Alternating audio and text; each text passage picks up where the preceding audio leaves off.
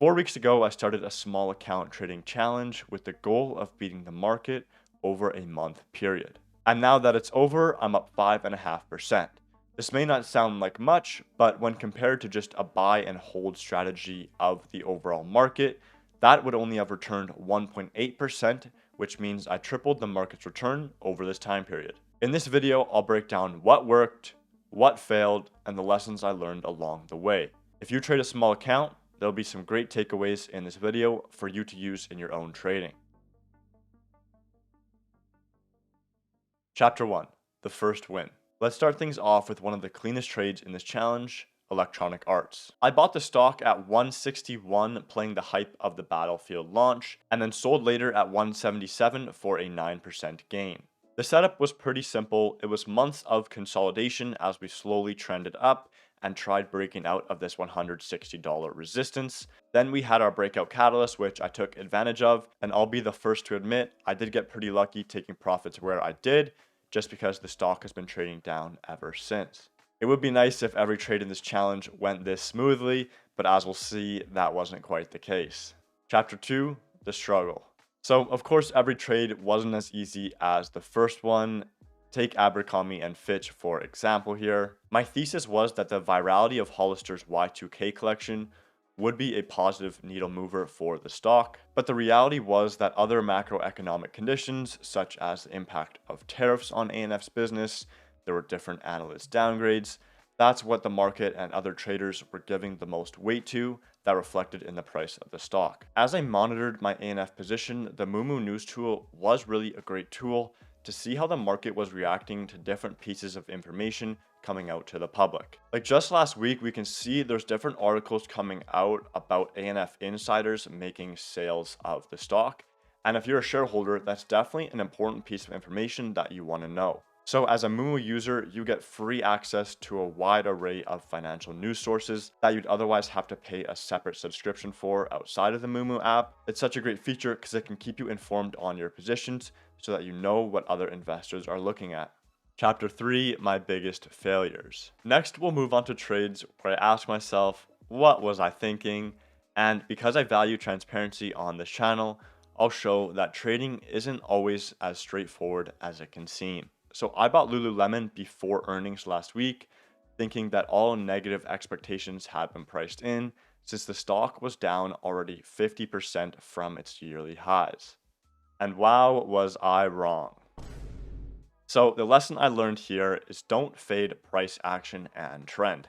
As you can see from this chart, traders are really looking for any reason to sell the stock.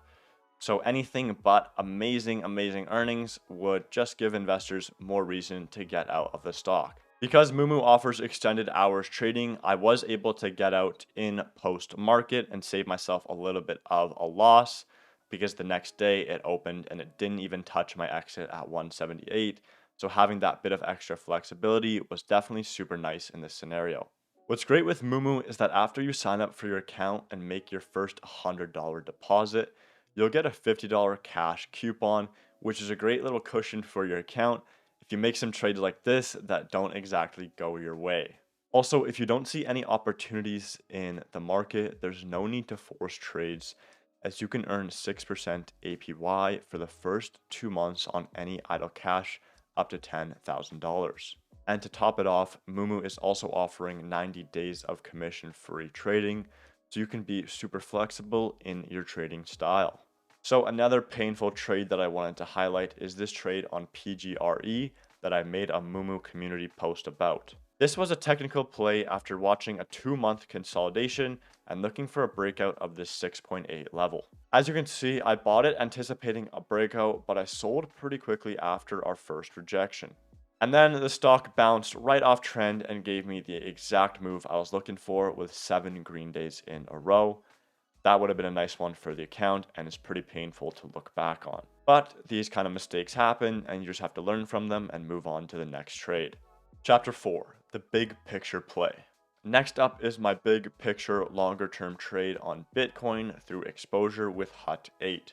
Now again, I'll admit I got a bit lucky on this position, as when I first bought it starting the challenge, Bitcoin is pretty much exactly flat and ended the 30 days red from where I began. However, HUT, the company I longed, has had some great relative strength compared to Bitcoin. I ended up scaling out around the 30% mark, which was a great swing trade for the account's profits. Chapter 5. What's still working? Another setup that's still working is my long on Alibaba.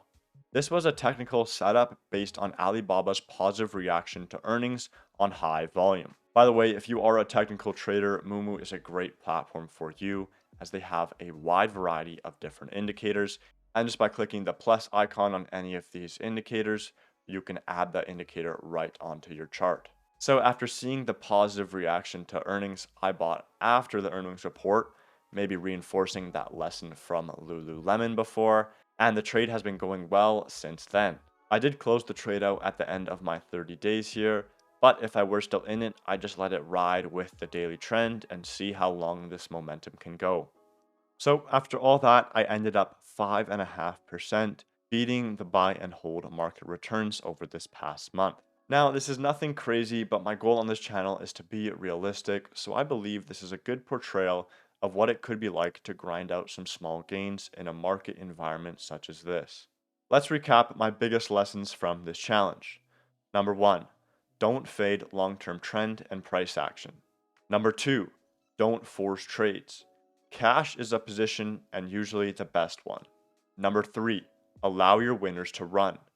If you get fortunate enough to be on the right side of the trade, why cut it short? Thank you again to Moomoo for partnering with me on this small account challenge.